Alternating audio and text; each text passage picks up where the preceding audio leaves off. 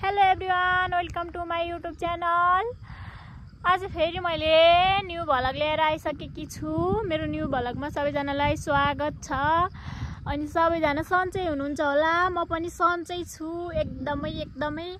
अनि आज चाहिँ म कता जाँदैछु भन्दाखेरि ऐसेलु खान जाँदैछु साथीहरू।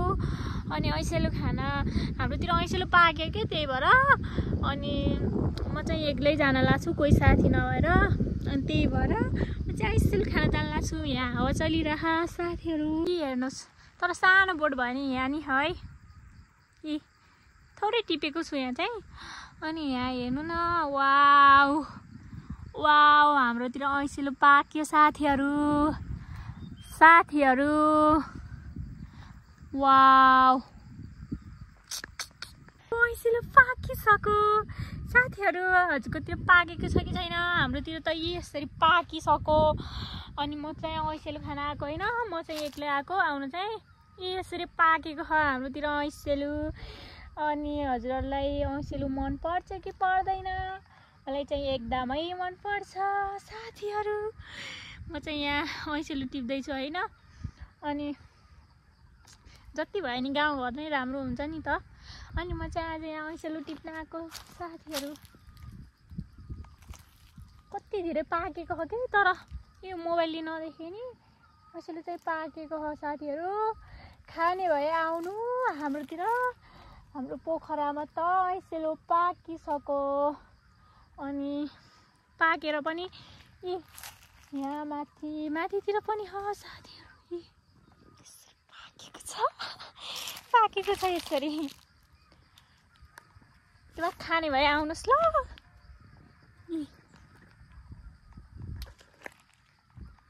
ऐसेलु साथीहरू, वाउ कति राम्रो है। गाउँघर भनेको गाउँघर नै हो के, गाउँघर नै हो। अनि यो चाहिँ पोखराको फ्योताल। आज मौसम सफा होइन साथीहरू, त्यही भएर राम्रोसँग देखे होइन। यो चाहिँ फ्योताल हो। यो चाहिँ कास्की हो। अनि यहाँबाट अब म घर जान्छु साथीहरू। हाम्रो घर जाने बाटो चाहिँ यही हो। म चाहिँ ऐसेलु खान आएको यता हो। अनि यता जङ्गल छ, यताबाट गएर घर जान्छ हाम्रो घर। अनि त्यस पछाडि घर गएर अनि के अरे खाना खाने हो साथीहरू। यो चाहिँ हाम्रो किचन। यता चाहिँ के अरे दालहरू अनि तरकारीहरू राख्ने। अनि यता चाहिँ खाना पकाउने।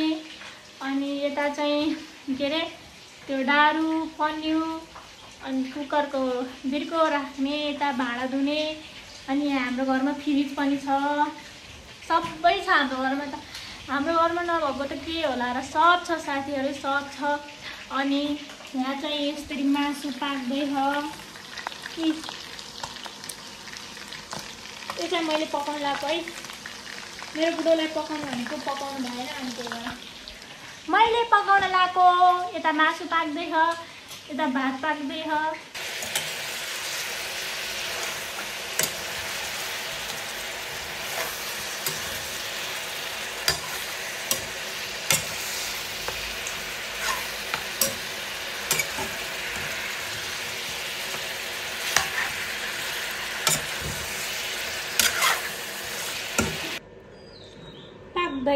पाक्दै गर्दा कति मिठो होला जस्तो पो भयो त।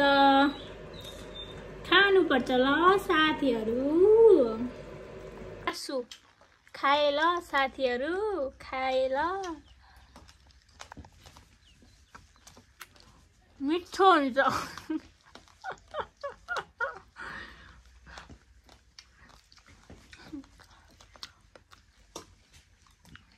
मुख सानो भएर हो क्या, मुखमै नआटेको।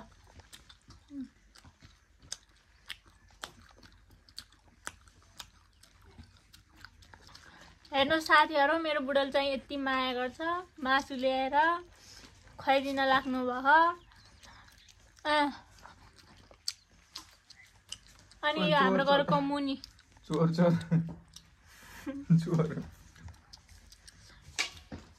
उहाँ चाहिँ मेरो पतिदेव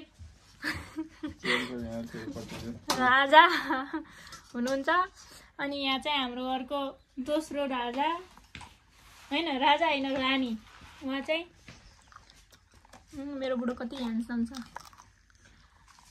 कोहीलाई चाहिएको भए सम्पर्क गर्नुहोला, म दिनलाई तयार छु।